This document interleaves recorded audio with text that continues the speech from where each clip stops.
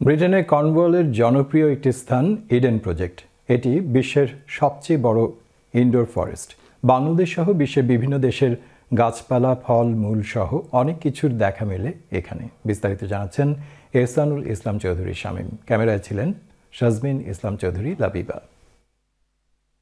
ব্রিটেনের মাটিতে বাংলাদেশের ধান, কলা গাছ, আম গাছ, সুপারি গাছ, তাল গাছ, খেজুর গাছ, আখ, রক্তজবা ফুল ইত্যাদি সহ নানা জাতের গাছ একসাথে দেখা যায় এমন একটি জায়গা যেখানে আসলে আপনি উপভোগ করতে পারবেন বাংলাদেশকে। এই জায়গাটি হচ্ছে ব্রিটেনের কর্নওয়ালের Eden project. So here we're in the allotment area and we've got a Bangladeshi allotment and we've got the bananas as well, the Bangladeshi bananas. So এখন এসেছি ইডেন প্রজেক্ট, যেটা পৃথিবীর সবথেকে বড় ইনডোর ফরেস্টের মধ্যে একটা হচ্ছে। আর এখানে অনেক রকমের গাছপালা আছে, বাংলাদেশি কলা গাছ, মোচার গাছ, অনেক ভ্যারাইটি অফ জবা গাছ, অনেক কিছু দেখতে পাচ্ছি, খুব এনজয় করছি। এখান থেকে এসেছি আর আমাদের খুব ভালো লাগছে, মনে হচ্ছে না যে আমরা কোনো প্ল্যান্ট মিস করছি। The beautiful plants and trees and all of the wildlife.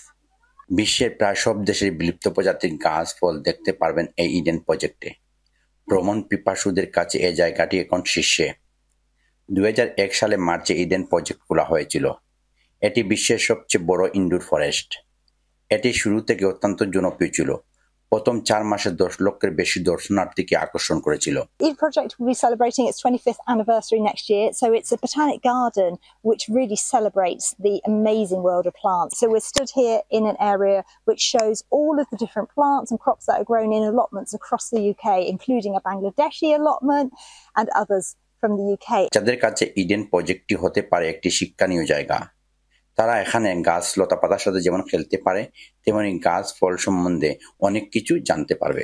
এই সামার হলিডেতে প্রতিদিন প্রায় 10,000 মানুষ আসেন বলে কর্তৃপক্ষ জানিয়েছেন। এটি দেখে সত্যিই মুগ্ধ হবেন, এটাই সকলের প্রত্যাশা। কর্নওয়ালের ইডেন প্রজেক্ট থেকে Ehsanul Islam Chowdhury Shamim, channel S news.